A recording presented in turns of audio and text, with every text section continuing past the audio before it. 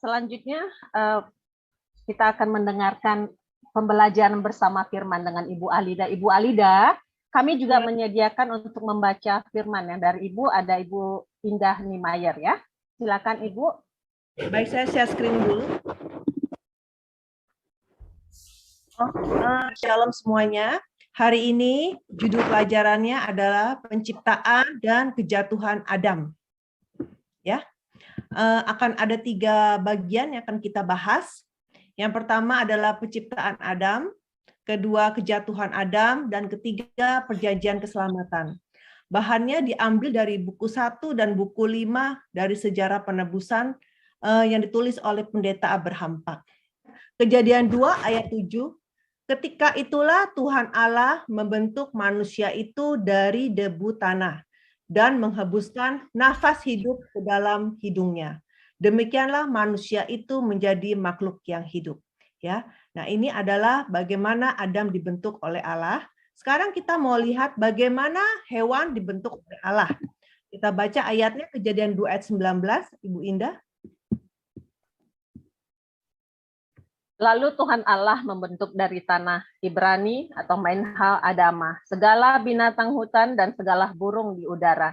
Di bawahnya lah semuanya kepada manusia itu untuk melihat bagaimana ia menemaninya, dan seperti nama yang diberikan manusia itu kepada tiap-tiap makhluk yang hidup. Demikianlah nanti nama makhluk itu.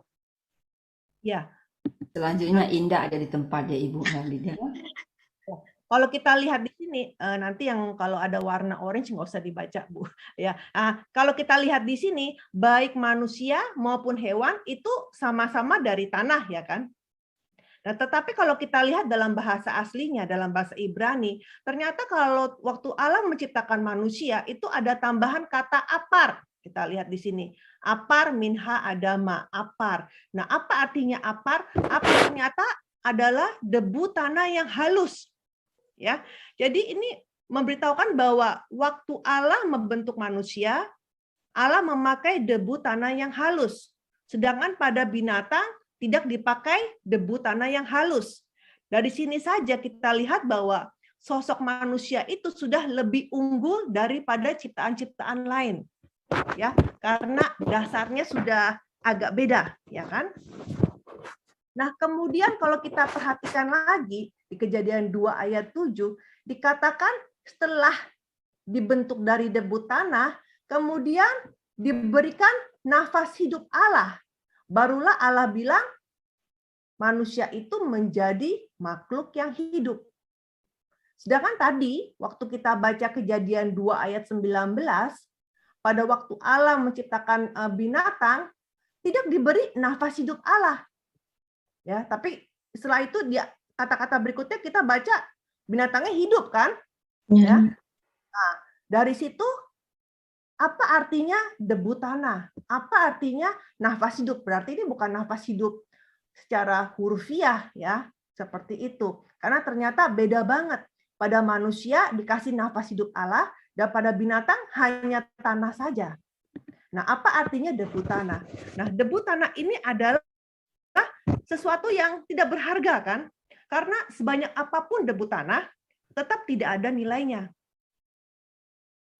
Maka eksistensi manusia yang tidak ada nafas hidup Allah itu tidak ada nilainya. Hanyalah debu tanah. Nah, itu ayat referensinya banyak. Dicatat aja ayatnya. Pengkhotbah 3 ayat 18 sampai dengan 20. Ayub 33 ayat 6. Yesaya 64 ayat 8, Mazmur 103 ayat 14, dan juga 104 ayat 30. Kita baca saja Kejadian 18 ayat 27. Kejadian 18 ayat 27, Abraham menyahut, sesungguhnya aku telah memberanikan diri berkata kepada Tuhan, walaupun aku debu dan abu. Di sini Abraham sangat rendah hati bilang kepada Tuhan, aku ini hanya debu dan abu, aku ini tidak bernilai di mata Tuhan, seperti itu, ya kan? Nah, jadi kita yang bagaikan debu ini haruslah menyerahkan hidup kita pada Allah. dan menerima nafas hidup Allah. Nah, kalau begitu apa artinya nafas hidup Allah? Kita baca ayatnya, Bu, dua-duanya. Ayub 34, 14-15. Jikalau ia menarik kembali rohnya dan mengembalikan nafasnya kepadanya, maka binasalah bersama-sama segala yang hidup, dan kembalilah manusia kepada debu. Dari Ayub 33 ayat 4, Roh Allah telah membuat aku, dan nafas yang maha kuasa membuat aku hidup. Jadi di sini jelas sekali dari kedua ayat ini dikata bahwa nafas hidup itu sama dengan roh Allah. Nah, sekarang bagaimana kita menerima roh Allah? Kita baca ayatnya, Bu, Yohanes 6 ayat 63. Yohanes 6 ayat 63, rohlah yang memberi hidup, daging sama sekali tidak berguna. Perkataan-perkataan yang kukatakan kepadamu adalah roh dan hidup. Kejadian 1. Ya, Yohanes 6 ayat 63 ini Yesus yang berkata, ya. Jadi perkataan Yesus. Jadi perkataan Yesus adalah firman, dan firman itu sama dengan roh dan hidup. Jadi setelah Adam menerima firman Allah, setelah mendengar firman Allah, barulah Allah mengakui Adam sebagai makhluk yang hidup. Jadi ketika menerima firman, Adam menerima roh Allah, menerima nafas hidup Allah. Barulah Allah mengakui Adam sebagai makhluk yang hidup. Nah, sebaliknya pada binatang tidak perlu diberi firman Allah. Nah, inilah perbedaannya. Nah, di Kejadian 1 ayat 27 dikatakan bahwa Allah menciptakan manusia itu menurut gambarnya. Gambar Allah, ya kan? Nah, jadi dalam menciptakan manusia harus ada unsur Allahnya karena diciptakan menurut gambar Allah. Unsur Allahnya apa? Yaitu roh Allah, nafas hidup Allah, firman Allah. Nah, kalau begitu, bagaimana manusia yang tidak ada firman Tuhan? Dibaca, Bu. Dari Mazmur 49 ayat 21, manusia yang dengan segala kegemilangannya tidak mempunyai pengertian, boleh disamakan dengan hewan yang dibinasakan. Ya. Tidak memiliki pengertian, understanding. Berarti jika tidak ada firman, maka ia sama dengan hewan. Ya, kita baca ayat 1, ayat lagi. Dari Matius 7 ayat 23, pada waktu itulah aku akan berterus terang kepada mereka dan berkata, aku tidak pernah mengenal kamu. Enyahlah daripada kamu sekalian membuat kejahatan. Di sini bukan berarti di sini sekalian pembuat kejahatan, kalau dalam bahasa Inggrisnya adalah lawlessness. Dalam bahasa Yunaninya anomia, yang artinya tidak memiliki hukum, tidak ada firman, ya. Ya, jadi di situ. Nah, jadi kehendak Tuhan adalah kita harus menerima firman Tuhan dan hidup di dalam firman Tuhan. Sehingga kita bisa menjadi manusia yang sejati, yang segambar dan serupa Allah. Nah, di Chinese kita mengenal 12 sio kan, 12 sio binatang ya, yang mana karakter manusia itu mirip dengan 12 sio ini. Ya, kenapa manusia mirip dengan 12 sio ini? Karena manusia telah menghilangkan gambar Allah dan jadi mirip dengan binatang. Tetapi sio kita, ya, sio orang-orang kudus adalah sio Allah, ya. Jadi harusnya karakter kita ini dicocokkan dengan firman Allah, kan? Maka itu kita harus menerima firman secara berkala, terus-menerus, ya, sampai gambar Allah itu dipulihkan di dalam diri kita. Nah, di Perjanjian Baru, Yesus berkata bahwa manusia yang tidak ada firman itu sama dengan dianggap orang mati. Tolong dibaca Matius 8, 21-22. Seorang lain, yaitu salah seorang muridnya berkata kepadanya, Tuhan, izinkanlah aku pergi dahulu menguburkan ayahku. Tetapi Yesus berkata kepadanya, ikutlah aku, dan biarlah orang-orang mati menguburkan orang-orang mati mereka. Maksudnya di sini adalah orang yang mati rohani menguburkan orang mati jasmani, seperti itu. Nah, sekarang kita baca Wahyu 3 ayat 1. Wahyu 3 ayat 1, dan tuliskanlah kepada malaikat jemaat di Sardis, inilah firman Dia yang memiliki ketujuh roh Allah dan ketujuh bintang itu. Aku tahu segala pekerjaanmu. Engkaulah dikatakan hidup, padahal engkau mati. Ya, karena makhluk hidup ini rumusnya adalah debu tanah ditambah nafas hidup.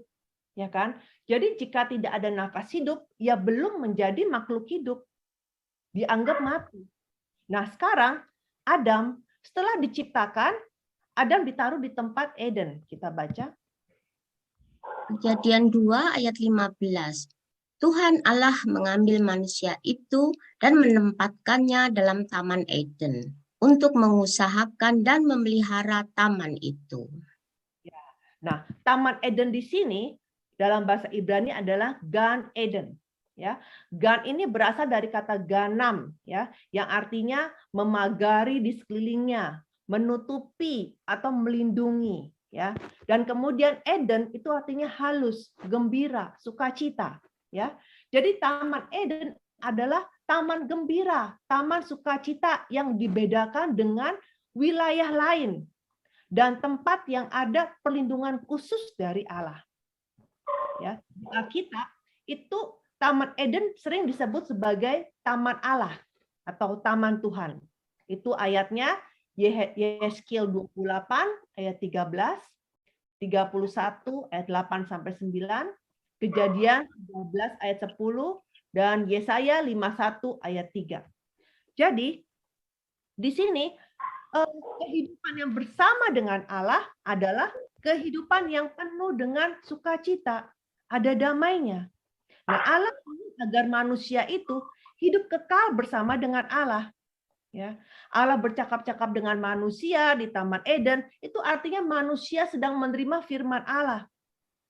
Nah, sebenarnya posisi dari makhluk yang hidup, Adam harusnya memakan buah dari pohon kehidupan dengan percaya dan taat supaya bisa menjadi roh yang menghidupkan, sosok rohania. Itu rencana Allah. Nah, kemudian Allah memberikan tugas kepada Adam. Apa tugasnya?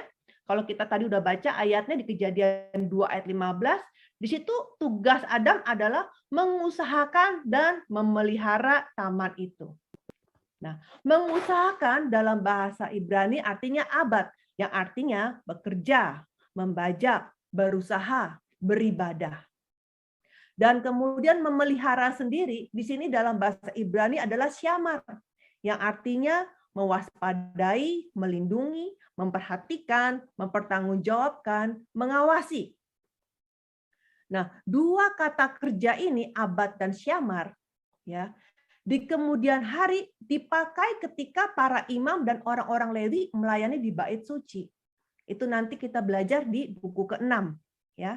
Nah, dari dua kata kerja ini mengajarkan kita apa? Bahwa tujuan Allah menciptakan manusia adalah untuk beribadah kepada Tuhan, untuk melayani Tuhan. Maka di dalam kata mengusahakan dan memelihara itu diperlukan iman yang proaktif. Bahwa untuk melindungi taman, ya, untuk mengusahakan dan memelihara taman itu harus bekerja keras. Nah, selain diberikan tugas, Allah juga memberikan perintah kepada Adam. Apa perintahnya? Tolong dibaca. Di Kejadian 2, 16-17. Lalu Tuhan Allah memberi perintah ini kepada manusia. Semua pohon dalam taman ini boleh kau makan buahnya dengan bebas. Tetapi pohon pengetahuan tentang yang baik dan yang jahat itu janganlah kau makan buahnya. Sebab pada hari engkau memakannya, pastilah engkau mati. Ya, jadi di sini ada perjanjian antara Allah dengan Adam. Ya, itu dinamakan perjanjian perbuatan. Yang mana Adam akan hidup kekal atau mati tergantung dari perbuatannya, apakah dia mentaati firman atau tidak. Ya, tetapi sayangnya Adam pada akhirnya tidak menaati firman, ya. Sehingga kita akan bahas bagian kedua, yaitu kejatuhan Adam. Nah, sekarang bagaimana Adam bisa jatuh dalam dosa? Itu dimulai dari perempuan yang tergoda oleh ular. Nah, hal mereka jatuh dosa adalah karena mereka tidak percaya pada firman Allah dengan sepenuhnya dan tidak menaatinya. Buktinya apa? Yang pertama, buktinya adalah mereka tidak mengusahakan dan memelihara Taman Eden. Nah, Allah tahu bahwa setan iblis atau ular akan berusaha masuk ke dalam taman. Nah, dengan ular ada di dalam taman, itu berarti mereka sudah tidak menjaga taman. Kita baca Kejadian 3 ayat 1. Kejadian 3 ayat 1. Adapun ular ialah yang paling cerdik dari segala binatang. Binatang darat yang dijadikan oleh Tuhan Allah. Ular itu berkata kepada perempuan itu, tentulah Allah berfirman, semua pohon dalam taman ini jangan kamu makan buahnya, bukan? Ya, di sini dikatakan ular ialah yang paling cerdik. Nah, kata cerdik di sini ternyata dalam bahasa Ibraninya itu mempunyai konotasi yang negatif, yang artinya licik, curang, culas, berakal bulus, hikmat palsu. Jadi bukan cerdik dalam konotasi positif, ya, yang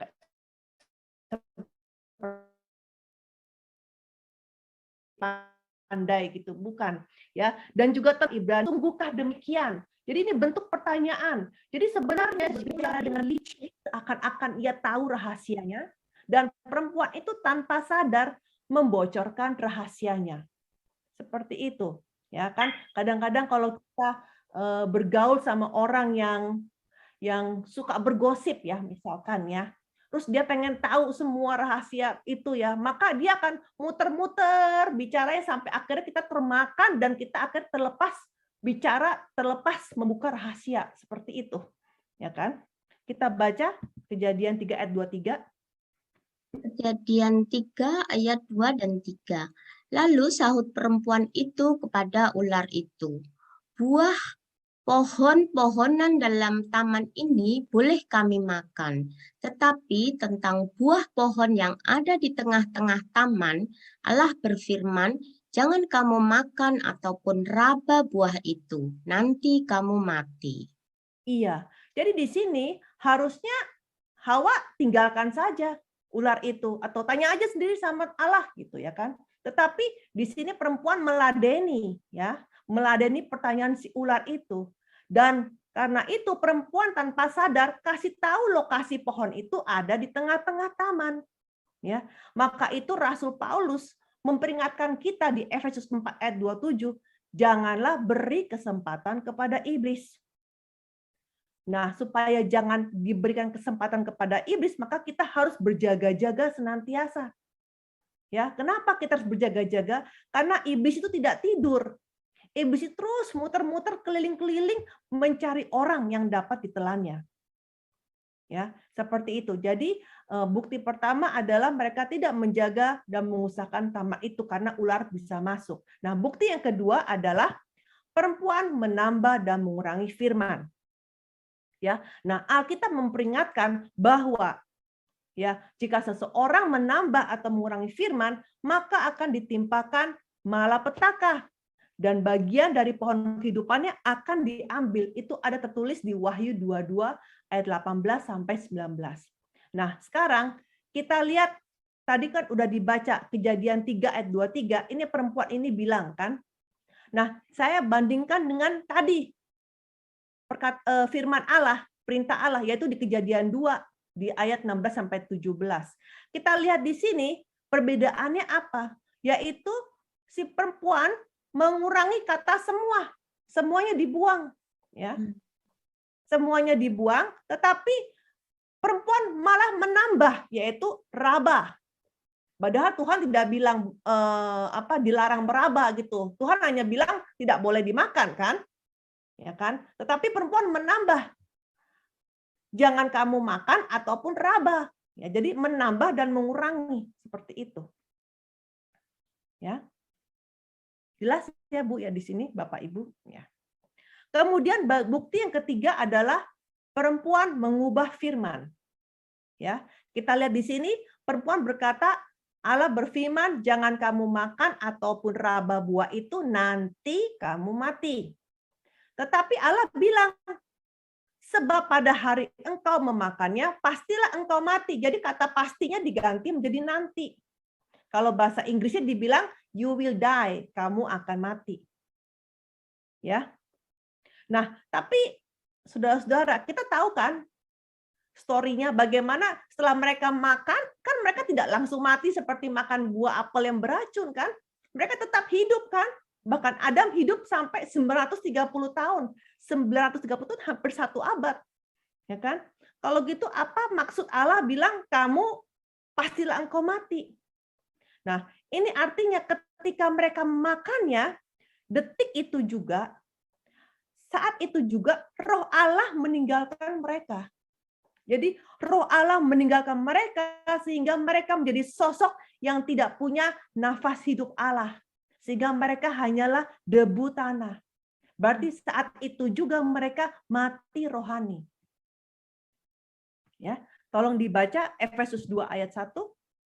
Efesus 2 ayat 1, kamu dahulu sudah mati karena pelanggaran-pelanggaran dan dosa-dosamu. Ya. Nah, maka orang-orang yang mati rohani ini haruslah dilahirkan kembali menjadi sosok yang baru, ya. Lewat firman, ya, lewat dibaptis, ya, barulah dapat terhubung lagi dengan Allah. Ayat referensi dicatat aja 2 Korintus 5 ayat 17 dan Yohanes 3 ayat 3 sampai 5. Sekarang kita baca Kejadian 3 ayat 4 sampai 5. Kejadian 3 ayat 4 sampai 5. Tetapi ular itu berkata kepada perempuan itu, sekali-kali kamu tidak akan mati, tetapi Allah mengetahui bahwa pada waktu kamu memakannya, matamu akan terbuka, dan kamu akan menjadi seperti Allah, tahu tentang yang baik dan yang jahat. Ya, jadi di sini si ular bukan saja hanya berdusta, tetapi di ayat yang ini dia memasukkan pikiran kesombongan ke dalam hati perempuan itu. Ya, bahwa manusia itu tidak sekali-sekali tidak mati dan bisa menjadi seperti Allah. Nah, disinilah perempuan termakan oleh perkataan ular. Sehingga dia memetik buah yang dilarang, dia makan, dan dia berikan kepada Adam. Adam juga memakannya. Ya, dengan Adam memakan buah itu, berarti Adam juga termakan dengan tipuan, dengan perkataan ular, ya kan? Padahal Adam itu mendengarkan secara langsung, tapi sekarang dia lebih percaya pada perkataan dengan perkataan. Jadi di sini kita lihat bahwa Adam dan Hawa telah tertipu, telah disesatkan oleh ular. Ya, mereka pikir perkataan ular itu benar. Tapi Yesus bilang apa tentang kebenaran? Kita baca Yohanes 17 ayat 17. Yohanes 17 ayat 17, kuduskanlah mereka dalam kebenaran. Firman-Mu adalah kebenaran. Yang dibaca Yohanes 17 ayat 17. Yohanes 17 ayat 17, kuduskanlah mereka dalam kebenaran. Firman-Mu adalah kebenaran. Ya, kebenaran adalah firman Allah. Firman yang murni, yang tidak ditambah, dikurangi, ataupun dirubah menurut kehendak manusia. Ya, maka Rasul Paulus mengajarkan kita untuk berhati-hati supaya kita tidak disesatkan. Ya, 2 Korintus 11, 3-4. Tetapi aku takut kalau pikiran kamu disesatkan dan kesetiaan kamu yang sejati kepada Kristus, sama seperti Hawa diperdayakan oleh ular itu dengan kelicikannya. Sebab kamu sabar saja jika ada seorang datang memberitakan Yesus yang lain dan pada yang telah kamu beritakan, kami beritakan atau memberikan kepada kamu roh yang lain daripada yang telah kamu terima, atau Injil yang lain daripada yang telah kamu terima. Ya, jadi di sini Rasul Paulus memberitahukan untuk tentang Yesus yang lain, roh yang lain, Injil lain. Paulus berkata bahwa sabar saja jika kamu mendengar tentang Yesus yang lain, roh yang lain, Injil yang lain. Ini maksudnya apa? Ini mirip kan? Mirip tapi tidak sama. Ya, ini artinya firman yang ditambah, dikurangi atau dirubah. Ya. Kita baca ayat berikutnya. Tolong dibaca. Dari Kolose 2 ayat 8. Hati-hatilah supaya jangan ada yang menawan kamu dengan filsafatnya yang kosong dan palsu, menurut ajaran turun-temurun dan roh-roh dunia, tetapi tidak menurut Kristus. Iya. Jadi kenapa filsafat? Filsafat itu enak didengar, ya, tetapi kosong, ya.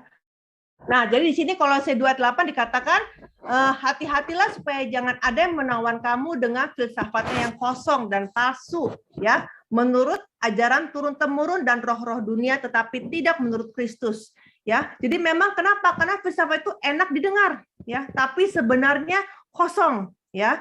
Dan juga tadi kan Yesus lain, roh lain, Injil lain, ya, itu mirip tapi tidak sama, ya.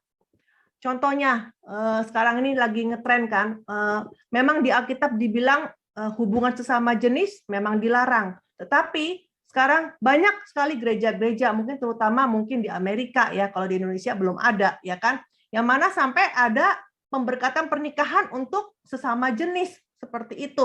Kenapa mereka harus melakukan seperti itu? Ya mungkin mereka takut jemaatnya hilang, persembahannya menjadi berkurang. Ya, seperti itu. Itu salah satu contohnya, yaitu yang namanya firman ditambah, dikurang ataupun dirubah, ya. Nah, maka itu kita harus menyimaknya, harus memamah biak, ya. Kita harus seperti binatang yang memamah biak. Kenapa babi itu dilarang di Perjanjian Lama? Ya, karena babi itu dilarang karena babi makannya dengan tidak memamah biak. Itu ada di Imamat 17 ayat 11. Ya, jadi kita jangan makan bulat-bulat ya. Semua ajaran-ajaran ini kita harus renungkan, kita harus doa, kita harus simak. Bahkan di dalam grup WhatsApp aja kita sering sekali mendapat berita-berita kan, sampai kita nggak tahu ini beritanya benar atau berita hoax kan. Nah, berita-berita begitu aja kita bisa keliru ini berita benar atau berita hoax. Apalagi ini ajaran mengenai mati hidup kita, mengenai kita masuk surga atau masuk neraka, sehingga kita harus lebih menyimak lagi, kita harus lebih menelitinya lagi, harus memamah biak seperti itu. Nah, kemudian bukti yang keempat adalah perempuan tergoda oleh dunia. Tolong dibaca Ibu Indah, Kejadian 3:6. Kejadian 3 ayat 6. Perempuan itu melihat bahwa buah pohon itu baik untuk dimakan dan sedap dilihatnya. Lagi pula pohon itu menarik hati karena memberi pengertian. Lalu ia mengambil dari buahnya dan memakannya, dan diberikannya juga kepada suaminya yang bersama-sama dengan dia, dan suaminya pun memakannya. Nah, di sini kata melihat, bahasa Ibraninya itu artinya mempunyai pengalaman. Jadi bukan melihat cuma sekilas atau cuma sekali doang, tetapi menatap dengan terus-menerus. Ya, dari sini kita lihat bahwa dosa itu dimulai dari mata. Itu Matius 6 ayat 22 sampai 23. Kita nggak usah baca ayat ini, ya. Nah, sekarang kita perhatikan ada 3 hal yang membuat perempuan ini mau memetik buah itu, yaitu apa? Yaitu baik untuk dimakan, sedap kelihatannya, dan memberi pengertian. Kalau dalam bahasa Inggris, to make one wise, ya, membuat orang bijak. Ya, saudara-saudara, tentunya ini bukan bicara tentang buah yang hurufiah ya, karena tidak ada buah yang bisa membuat kita menjadi pinter, nggak ada buah yang bisa membuat kita jadi bijaksana. Ya, yang kasih kita wisdom itu tidak ada. Nah, kalau di sini berarti di sini buah ini apa artinya? Kita baca ayatnya, Bu, Matius 12:33. Matius 12 ayat 33, jikalau suatu pohon kamu katakan baik, maka baik pula buahnya. Jikalau suatu pohon kamu katakan tidak baik, maka tidak pula buahnya. Sebab dari pohonnya itu dikenal 30 orang yang baik mengeluarkan hal-hal yang baik dari pembendaharaannya yang baik, dan orang yang jahat mengeluarkan hal-hal yang jahat dari perbendaharaan yang jahat. Jadi buah di sini adalah perkataan, ya. Orang-orang yang baik berkata-kata yang baik, orang yang jahat berkata-kata yang jahat, ya. Nah, kalau kita baca di ayat sebelumnya, di ayat 30, 31, 32, itu di situ Yesus memanggil apa? Orang Farisi sebagai keturunan ular beludak, ya. Karena mengucapkan kata-kata yang jahat. Nah, kalau begitu apa artinya ular? Ular artinya iblis. Tolong kita baca Wahyu 12 ayat 9. Wahyu 12 ayat 9, dan naga besar itu si ular tua yang disebut iblis atau setan yang menyesatkan seluruh dunia, dilemparkan ke bawah. Ia dilemparkan ke bumi bersama-sama dengan malaikat-malaikatnya. Ya, Wahyu ini kan adalah kitab terakhir, ya. Sedangkan cerita mengenai Adam dan ular dan perempuan itu adanya di kitab Kejadian. Nah, kenapa dibilang si ular tua?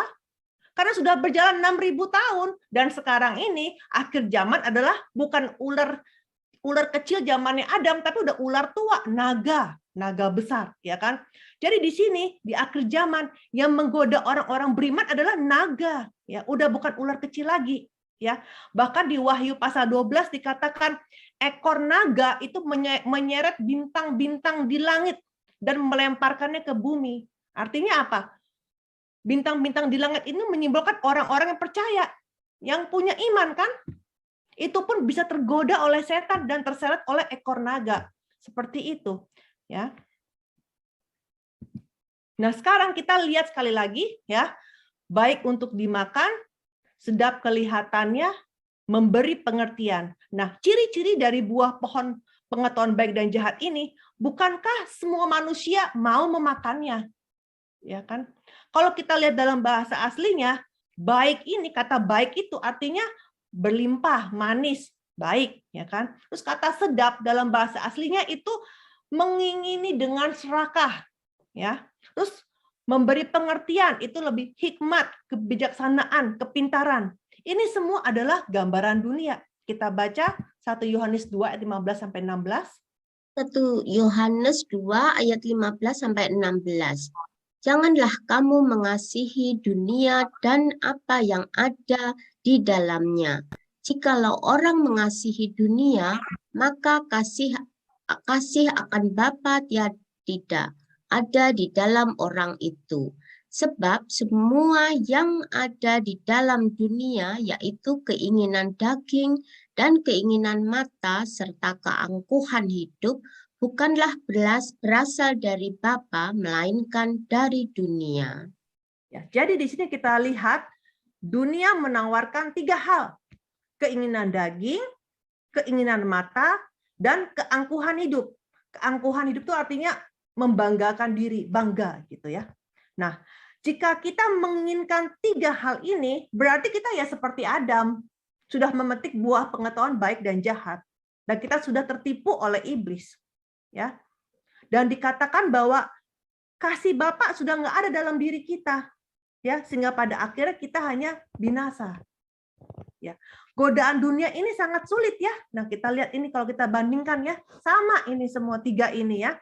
Ya, godaan dunia ini sangat sulit. Adam dan Hawa ini gagal dalam cobaan ini. Nah, saudara, pada pelajaran pertama sekali saya pernah bilang kan kalau kitab Kejadian itu adalah pendahuluan dari seluruh Alkitab. Ya. Nah, Kejadian di awal Adam jatuh dalam cobaan. Nah, di kitab Kejadian yang paling akhir, siapa yang menang dalam cobaan? Itu Yusuf. Yusuf bisa menang dalam cobaan di Mesir. Mesir menyimbolkan dunia. Itu seperti itu. Nah, sekarang Adam pertama kalah. Bagaimana dengan Yesus sebagai Adam kedua? Ya. Nah, sebelum memulai pelayanannya, Yesus juga diberikan 3 cobaan sama setan ini juga. Ya. Pada waktu dia berpuasa selama 40 hari di padang gurun. Ya, setelah berpuasa 40 hari, kemudian setan datang memberikan pencobaan kepada Yesus. Sama juga, 3 hal juga. Ya. Di sini dibilang karena Yesus lapar, kemudian setan bilang apa? Oh, perintahkan batu menjadi roti. Ya. Nah, tetapi Yesus menang dengan bilang bahwa manusia itu hidup bukan dari roti saja, tapi lewat firman. Ya, kemudian cobaan mengenai keinginan mata atau sedap kelihatannya. Ini mengenai apa? Mengenai tentang setan yang memberikan, yang menawarkan, jika kamu menyembah aku, akan kuberikan ini semua kerajaan dunia. Ya, tetapi Yesus berkata, engkau harus menyembah hanya Allah saja. Kemudian cobaan mengenai keangkuhan hidup, kebanggaan diri. Ini apa? Setan bilang apa? Jatuhkan dirimu. Jadi Yesus dibawa ke bangunan, ke bait suci, terus di atasnya, di atas genteng gitu, di atasnya gitu, disuruh bilang, jatuhkan aja dirimu dari atas gedung itu. Ya, nanti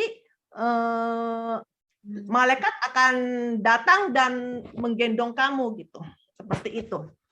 Nah, kalau kita pikir-pikir waktu iblis ngomong begitu, ini kan bukan berarti iblis suruh Yesus bunuh diri, tidak ya di sini ya, karena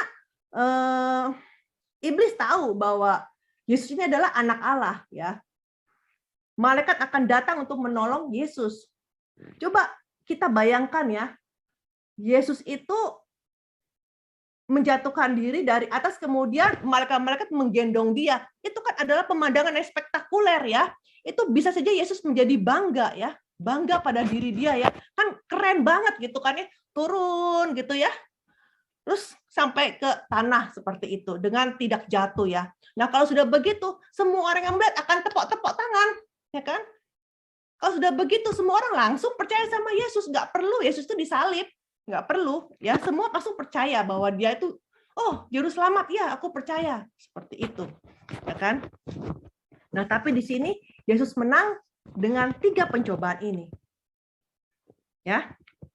Nah, jadi perempuan ini gagal dalam 3 cobaan ini ya. Dia memetik buah dan kasih ke Adam, Adam juga makan, dan akhirnya terjadilah apa yang dikatakan di Yakobus 1 ayat 15. Dan apabila keinginan itu telah dibuahi, ia melahirkan dosa. Dan apabila dosa itu sudah matang, ia melahirkan maut. Nah, sekarang bagian ketiga, yaitu tentang janji keselamatan. Nah, sekarang setelah Adam jatuh dalam dosa, Roh Allah kan sudah meninggalkan Adam, ya. Dan Adam dan juga sudah dikutuk kan, bumi sudah dikutuk, ya. Sehingga Adam harus berjerih payah di luar Taman Eden. Nah, Adam juga sudah tidak punya kuasa atas ciptaan-ciptaan karena dia sudah menghilangkan gambar Allah, sudah menghilangkan roh Allah. Nah, pertanyaannya, apakah Allah meninggalkan Adam di luar Taman Eden? Jawabannya tidak. Allah sama sekali tidak membiarkan Adam begitu saja di luar Taman Eden. Ya. Malahan Allah memulai pekerjaan penebusannya demi menyelamatkan Adam dan juga seluruh umat manusia. Ya, di sini kita melihat bahwa Allah begitu mengasihi kita. Ya, Allah mengasihi kita terlebih dahulu pada waktu kita masih berdosa. Itu ada di Yohanes 3 ayat 16, Ibrani 9 ayat 28. Nah, sekarang bagaimana caranya Allah menyelamatkan kita dan menebus kita? Ya, nomor 1 yaitu pertama adalah Allah memberikan janji akan keturunan perempuan. Tolong dibaca, Bu. Dari Kejadian 3 ayat 15. Aku akan mengadakan permusuhan antara engkau dan perempuan ini, antara keturunanmu dan keturunannya. Keturunannya akan meremukkan kepalamu dan engkau akan meremukkan tumitnya. Jadi di sini Allah memberikan janji tentang keturunan perempuan, ya. sebelum Allah mengusir Adam. Nah, firman ini adalah firman perjanjian yang pertama kali di Alkitab yang mewahyukan tentang kedatangan Mesias. Ya, jadi kalau mau tentang Mesias itu pertama kali di Kejadian 3 ayat 15. Maka itu ini disebut adalah proto-injil dalam teologi yaitu atau Injil pertama. Nah, apa isi ayatnya? Ya kalau kita baca dalam bahasa Indonesia kayaknya membingungkan ya, kata-katanya kurang jelas ya. Tapi kalau kita lihat dalam bahasa Inggris jelas sekali ya. Keturunannya di sini adalah her seed. Seed itu benihnya ya. Seed di sini huruf besar ya. Bicara mengenai satu orang. Ya.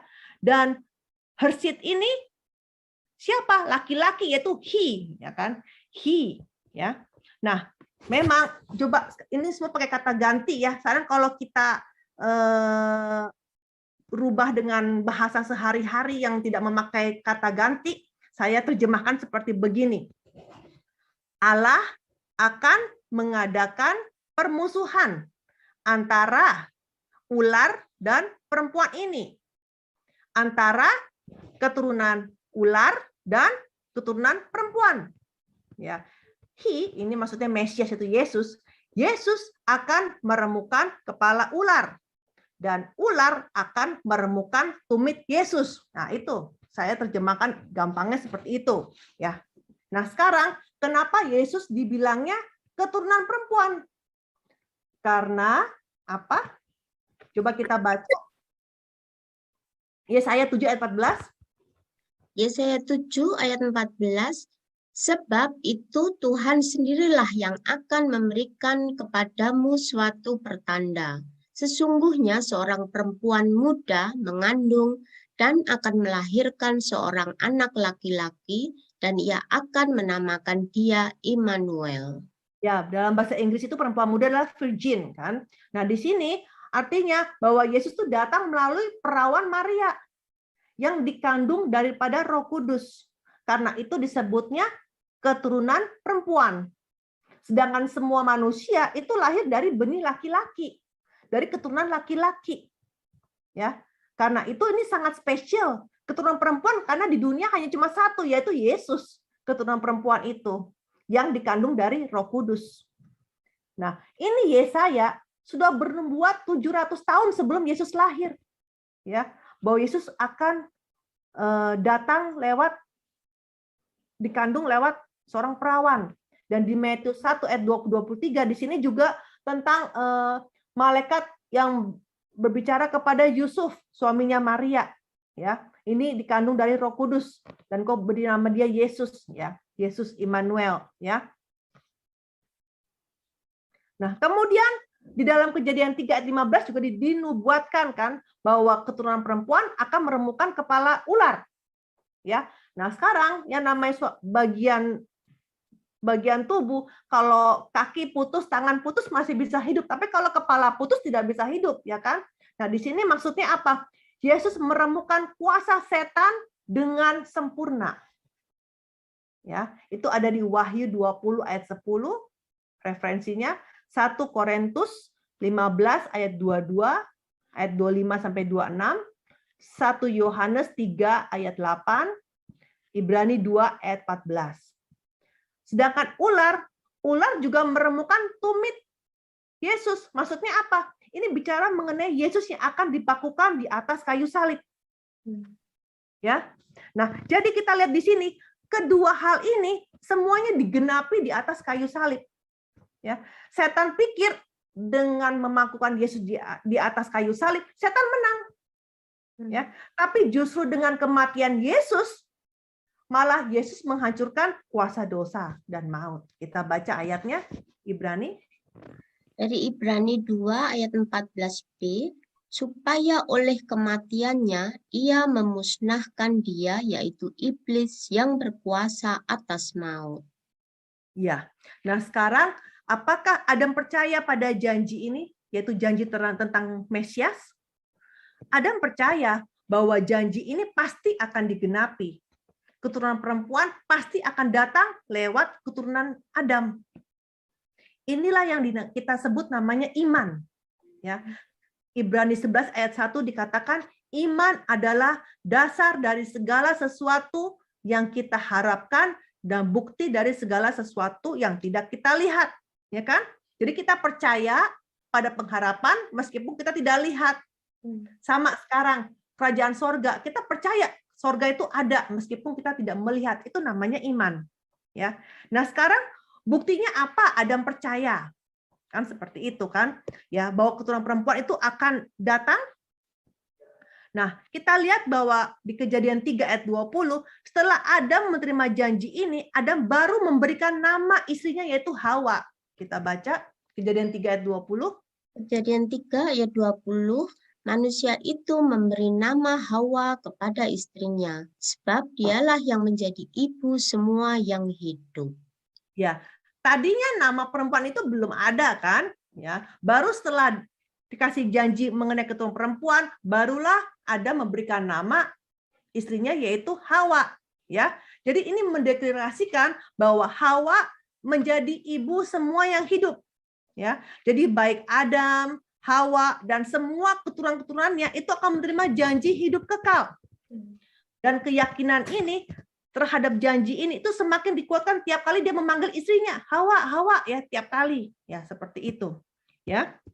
Nah sekarang kemudian hal yang kedua, bagaimana Allah menyelamatkan dan menebus umat manusia, yaitu Allah memberikan jaminan akan janji ini. Nah dikasih jaminan, udah dikasih janji, tapi supaya lebih percaya dikasih jaminan, ya. Jaminannya apa? Yaitu dengan Allah membuatkan pakaian dari kulit binatang.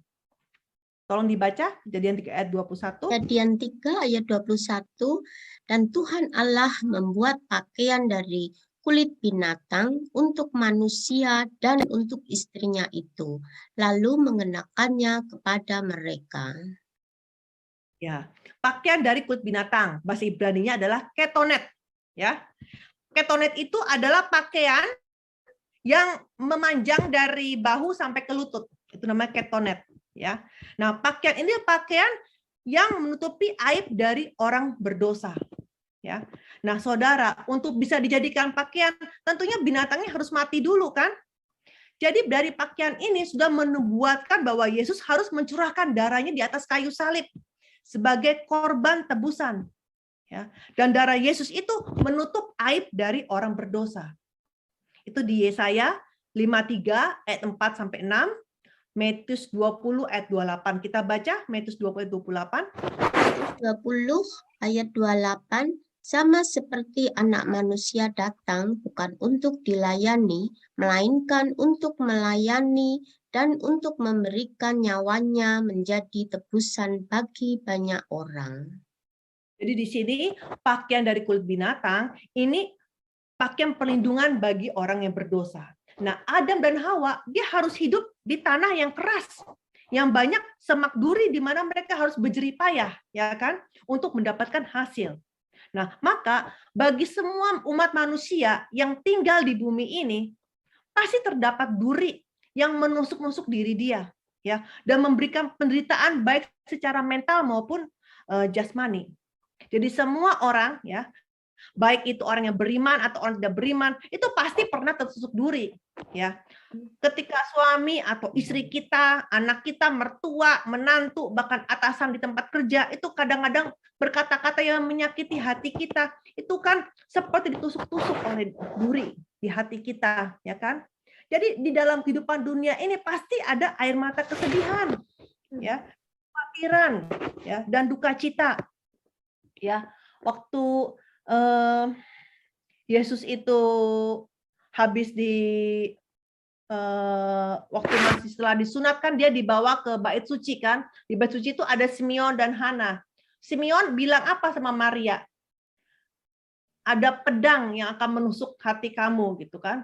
Waktu dikasih nubuat itu mungkin Maria bingung ya, apa maksudnya ada pedang menusuk itu. Bayangkan ya, Maria melihat bagaimana itu anaknya Yesus itu dipecut, ya, dipaku, disuruh gotong-gotong kayu salib yang sangat berat, ya kan? Itu mungkin Yesusnya dipaku, tetapi mungkin hati Maria seperti pedang ditusuk-tusuk seperti itu ya kan. Pasti Maria pun juga rasanya lebih sakit lagi karena seorang ibu yang melihat anaknya begitu kan pasti lebih menderita lagi seperti itu. Nah, itu. Jadi bukan hanya duri tapi malah Simeon bilang apa? Pedang. Pedang. Ya.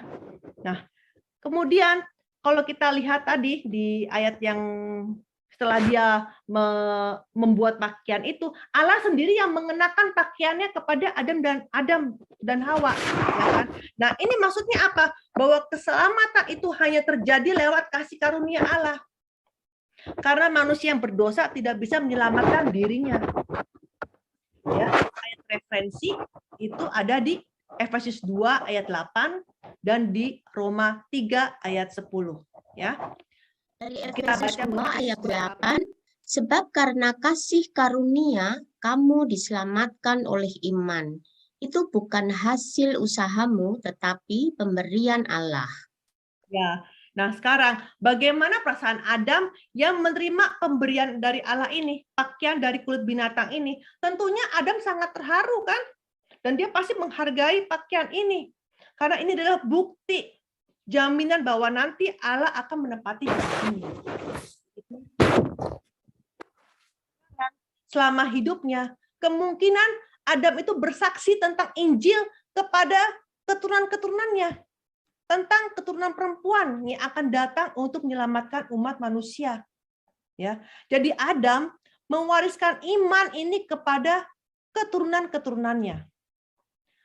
Bagaimana Adam itu bersaksi ya tentang kehidupannya di Taman Eden, ya, di mana ada sukacita, ada gembira, dia bisa bicara dengan Allah secara langsung, ya. Terus bagaimana dia juga pasti bersaksi mengenai kegagalan dia ditipu oleh iblis dan dia jatuh dalam dosa, dan juga dia cerita mengenai kutukan yang jatuh menimpa pada diri dia, ya. Saudara-saudara, yang luar biasa banget ya adalah Adam ini ternyata hidupnya sampai kapan? Dia hidup sampai generasi ke-9, yaitu Lamek. Lamek ini siapa? Lamek ini adalah ayahnya Nuh yang membangun Bahtera. Adam hidup sampai generasi ke-9. Lamek selama 56 tahun. Coba kita baca, Bu. Dari Kejadian 5 ayat 28 sampai 29, setelah Lamek hidup 182 tahun, ia memperanakan seorang anak laki-laki dan memberi nama Nuh kepadanya. Katanya, anak ini akan memberi kepada kita penghiburan dalam pekerjaan kita yang penuh susah payah di tanah yang telah terkutuk oleh Tuhan. Nah, sekarang bagaimana Lamek bisa tahu bahwa tanah itu sudah dikutuk oleh Tuhan? Kalau bukan dari Adam yang menceritakan. Karena soal tanah dikutuk itu kan hanya disampaikan kepada Adam seorang di dalam Taman Eden. Ya. Jadi Lamek di sini berharap supaya anaknya si Nuh ini bisa memberikan istirahat, bisa kasih penghiburan. Makanya dia kasih namanya Nuh. Nuh artinya istirahat. Nuh artinya itu penghiburan. Ya. Jadi ini adalah pengakuan Lamek yang mana dia sangat menantikan Mesias, ya, untuk bisa memberikan penghiburan yang besar bagi umat manusia. Nah, di dalam buku silsilah di kitab Kejadian yang sekarang kita lagi belajar ini, di dalamnya itu dikupas mengenai Adam hidup semasa dengan Lamek selama 56 tahun. Ini adalah penemuan pertama kali dalam sejarah teologi dunia. Jadi sebelum buku ini dikeluarin, tidak ada orang yang tahu Adam hidup semasa dengan Lamek selama 56 tahun. Sampai-sampai para ahli itu sangat kaget waktu baca buku ini, ya. Nah, jadi di sini kita lihat bahwa Allah mengizinkan Adam untuk hidup lama sampai 930 tahun supaya Adam bisa mewariskan iman kepada Lamek. Kemudian Lamek meneruskan imannya kepada Nuh sehingga Nuh bisa menjadi nenek moyang kedua setelah air bah. Luar biasa sekali. Jadi tongkat estafet yang namanya iman itu terus disambung sampai akhirnya ke tempat Nuh. Sekarang coba kita lihat tabelnya. Benar nggak dia hidupnya sampai dengan generasi ke-9, ini nggak usah lihat aja sekilas ya. Nanti kita akan bahas lagi mengenai ini di kemudian pertemuan berikutnya. Jadi di sini kita lihat di Kejadian pasal 5, kalau kita susun umur-umurnya, Adam memperanakan Set di usia 130 tahun. Set memperanakan Enos di usia 105 tahun. Enos memperanakan Kenan di usia 90 tahun. Terus sampai generasi ke-8, Metusalah memperanakan Lamek di usia 187 tahun. Jadi ketika Lamek lahir, usia Adam berapa? Dijumlahin aja di sini. 130, 105, 90, 70, 65, 162, 65, 187. Umur Adam 874. Sedangkan di Alkitab dikatakan bahwa Adam mati di usia 930. Berarti ketika Lamek berusia 56 tahun, Adam baru mati. Jadi Adam itu hidup semasa dengan Lamek selama 56 tahun. Kenapa ini menjadi penemuan yang luar biasa? Karena selama ini orang baca nggak pernah hitung, baca saja tapi nggak pernah dihitung-hitung. Ya, jujur saja, sebelum saya baca buku satu ini, saya pikir yang namanya si Adam sampai Nuh itu jaraknya ribuan tahun gitu ya, nggak ada hubungannya apa gitu ya. Nah, ternyata saya baru sadar, wah luar biasa. Ini cuma 10 generasi ternyata ya. Seperti itu. Nah, hari ini juga sama kan? Lewat belajar sejarah penebusan, kita dikasih ayat Ulangan 32 ayat 7. Ingatlah kepada zaman dahulu kala. Perhatikanlah tahun-tahun keturunan. Jadi ini semua untuk apa? Supaya kita bisa menerima pewarisan iman juga. Dan kita bisa menerima keselamatan di akhir zaman. Ya. Nah sekarang, dengan Adam memakan buah pengetahuan baik dan jahat, di dalam dirinya itu ada dua tuan. Ya, kebaikan dan juga kejahatan. Ya. Nah hati Adam ini tampak lewat mana? Tampak lewat kedua anaknya, yaitu Kain dan Habel. Nah, di Matius 6 ayat 24 dikatakan bahwa kita tidak bisa melayani dua tuan. Ya. Nah, maka itu kepada dua anaknya dibuat untuk memberikan korban persembahan. Ya. Nah, karena Allah itu adil ya, maka cara memutuskan siapa yang baik dan siapa yang jahat itu adalah lewat korban persembahan. Ya. Kita baca Kejadian 4 ayat 3 sampai 4. Kejadian 4. Kejadian 4 ayat 3 sampai 4. Setelah beberapa waktu lamanya, maka Kain mempersembahkan sebagian dari hasil tanah itu kepada Tuhan sebab korban persembahan. Habel juga mempersembahkan korban persembahan dari anak sulung kambing dombanya, yakni lemak-lemaknya. Maka Tuhan mengindahkan Habel dan korban nanti mengenai persembahan, mengenai Kain sama Habel, saya akan bahasnya nanti di pertemuan berikutnya ya. Tapi ini saya hanya mau bahas kilas aja. Nah, di sini kita lihat bahwa Allah menerima Habel, persembahan Habel, tetapi Allah tidak menerima persembahan Kain karena Kain mempersembahkan dengan tanpa iman. Itu nanti kita bahas di pertemuan berikutnya.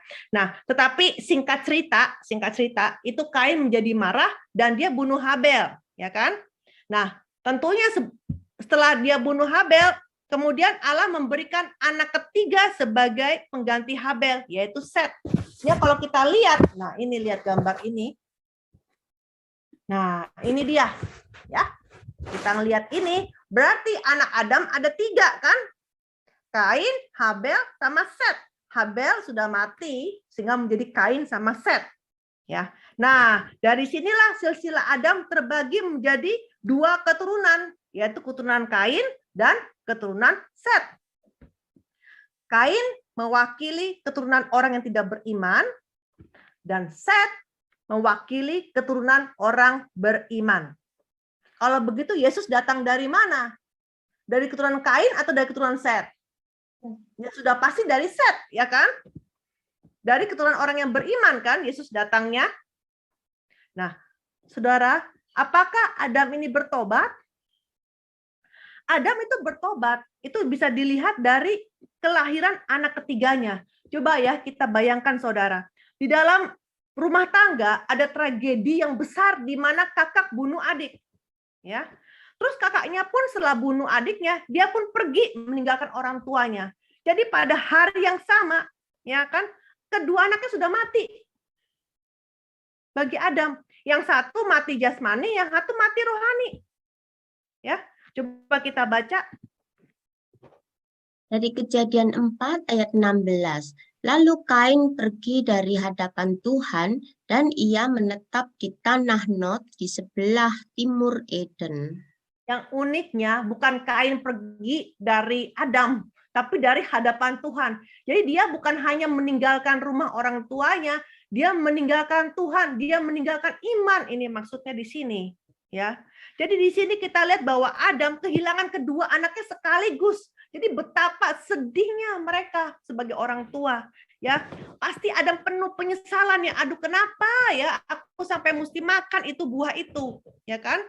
Jadi kita lihat dari Habel itu bisa menjadi martir bagi Adam, ya. Karena dengan kematian Habel, Adam jadi lebih bertobat lagi, ya. Menjadi lebih percaya lagi kepada Tuhan, ya.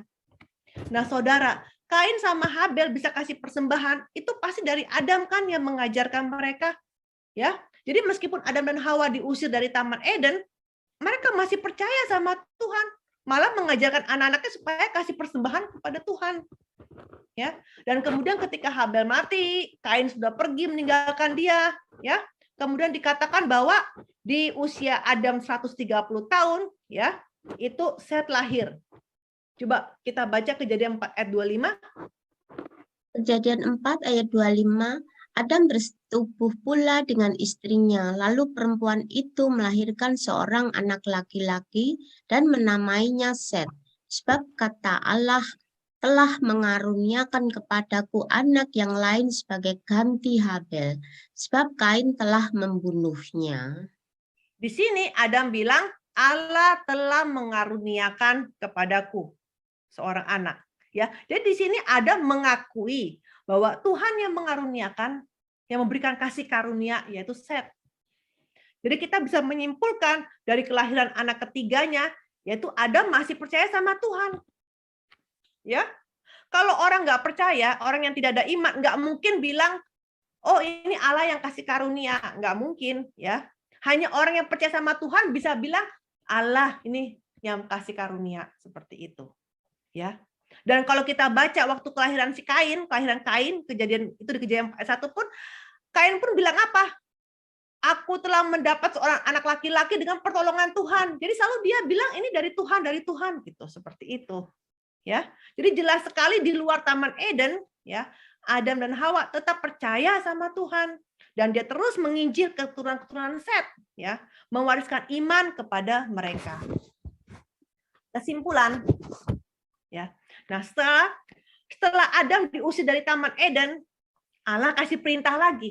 Apa itu perintahnya? Tolong dibaca. Kejadian 3 ayat 23.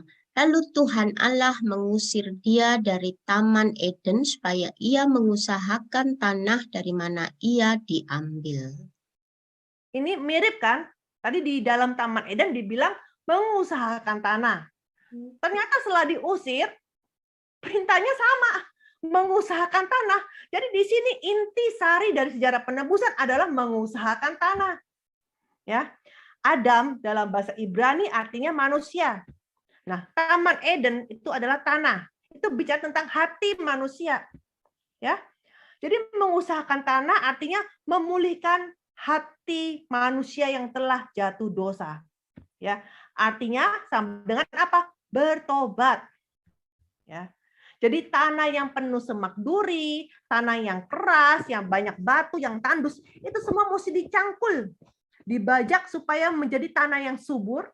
Untuk nanti pada waktu Mesias datang di perjanjian baru, Yesus datang, akan ditaburkan benih yang baik, yaitu firman Yesus. Nah, untuk membajak tanah tentu diperlukan cangkulnya, diperlukan alatnya. Alatnya adalah apa? Alatnya adalah 10 perintah Allah dan juga hukum Taurat.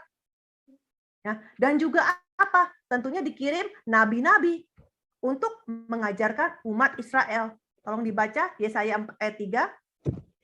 Dari Yeremia 4:3, sebab beginilah firman Tuhan kepada orang Yehuda dan kepada penduduk Yerusalem. Bukalah bagimu tanah baru dan janganlah menabur di tempat duri tumbuh. Terus Nabi Hosea bilang apa? Dari Hosea 10 ayat 12, menaburlah bagimu sesuai dengan keadilan, menuailah menurut kasih setia, bukalah bagimu tanah baru, sebab sudah waktunya untuk mencari Tuhan sampai Ia datang dan menghujani kamu dengan keadilan. Iya, ini bicara mengenai tanah disuruh cangkul tanah baru. Kalau tanah baru itu kan masih tanah yang keras ya kan, yang belum dibajak ya kan? Ya. Jadi nabi-nabi semua intinya hanya disuruh bukalah tanahmu baru, bukalah bagimu tanah baru ya. Orang disuruh bertobat supaya mereka sadar bahwa mereka adalah orang yang berdosa. Ya. Baca Galatia 3 ayat 24. Galatia 3 ayat 24. Jadi hukum Taurat adalah penuntun bagi kita sampai Kristus datang supaya kita dibenarkan karena iman.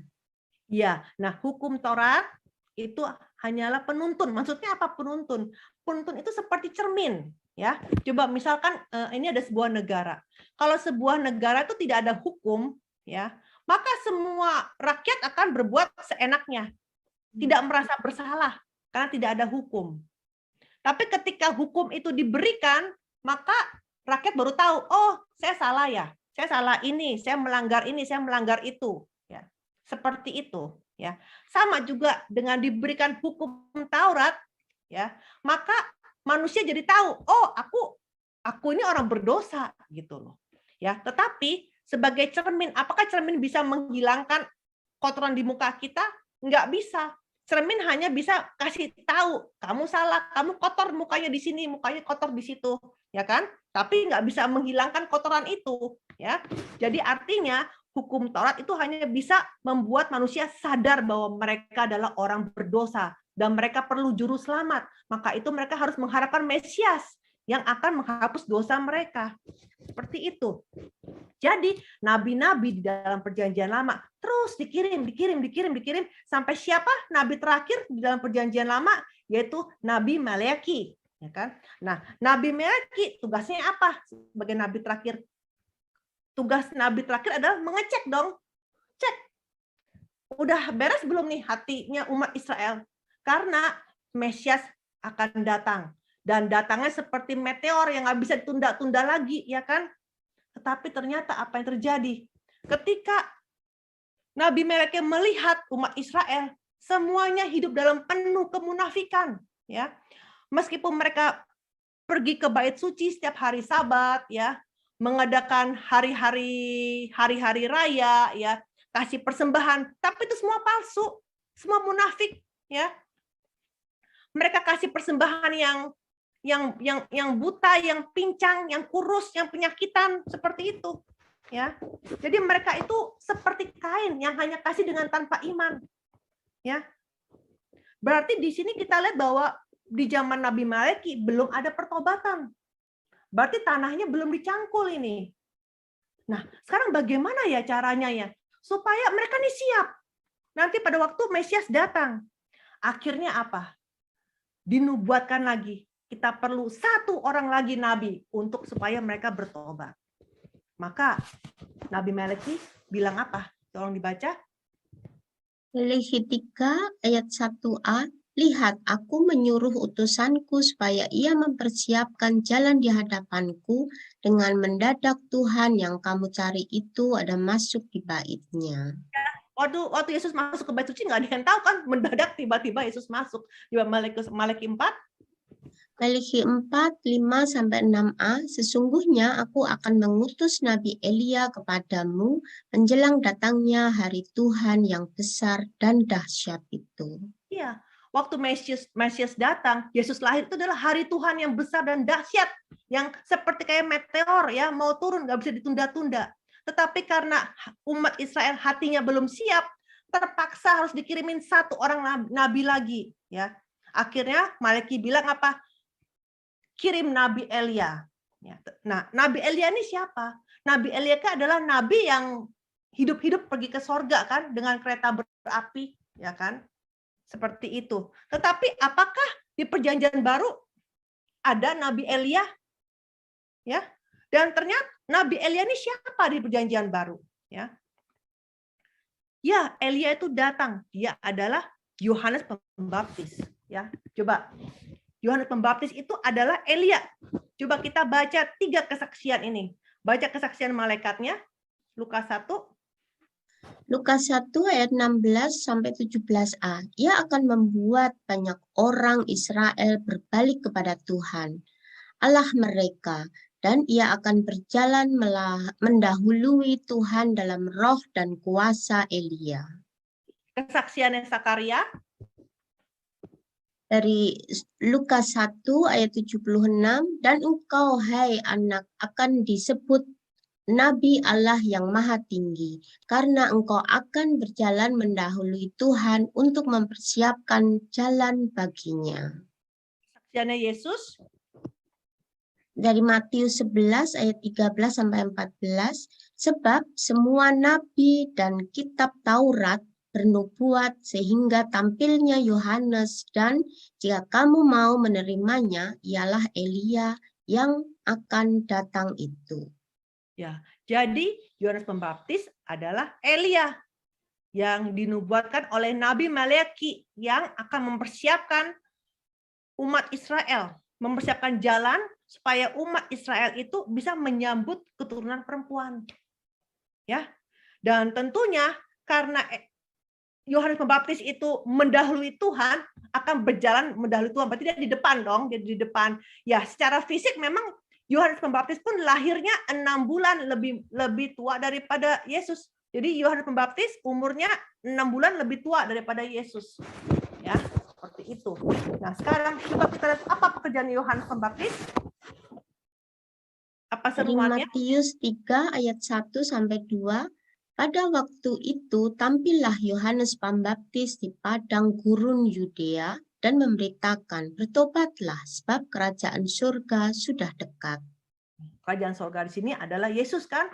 Nah, jadi perintahnya apa? Bertobat, ya. Nah, sekarang kita ya, minggu depan adalah Minggu Palem, ya. Sudah dimulai Minggu Sengsara, ya. Jadi kita lewat seruan dari Yohanes Pembaptis ini, mari kita mencangkul hati kita, ya. Kita membuat hati kita itu kita bongkar, kita bajak, ya, supaya menjadi tanah yang subur, ya.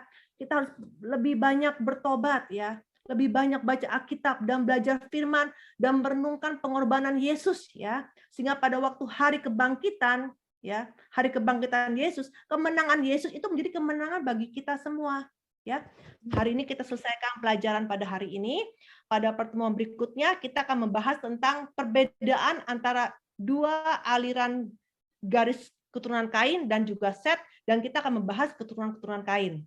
Ya, mari kita berdoa.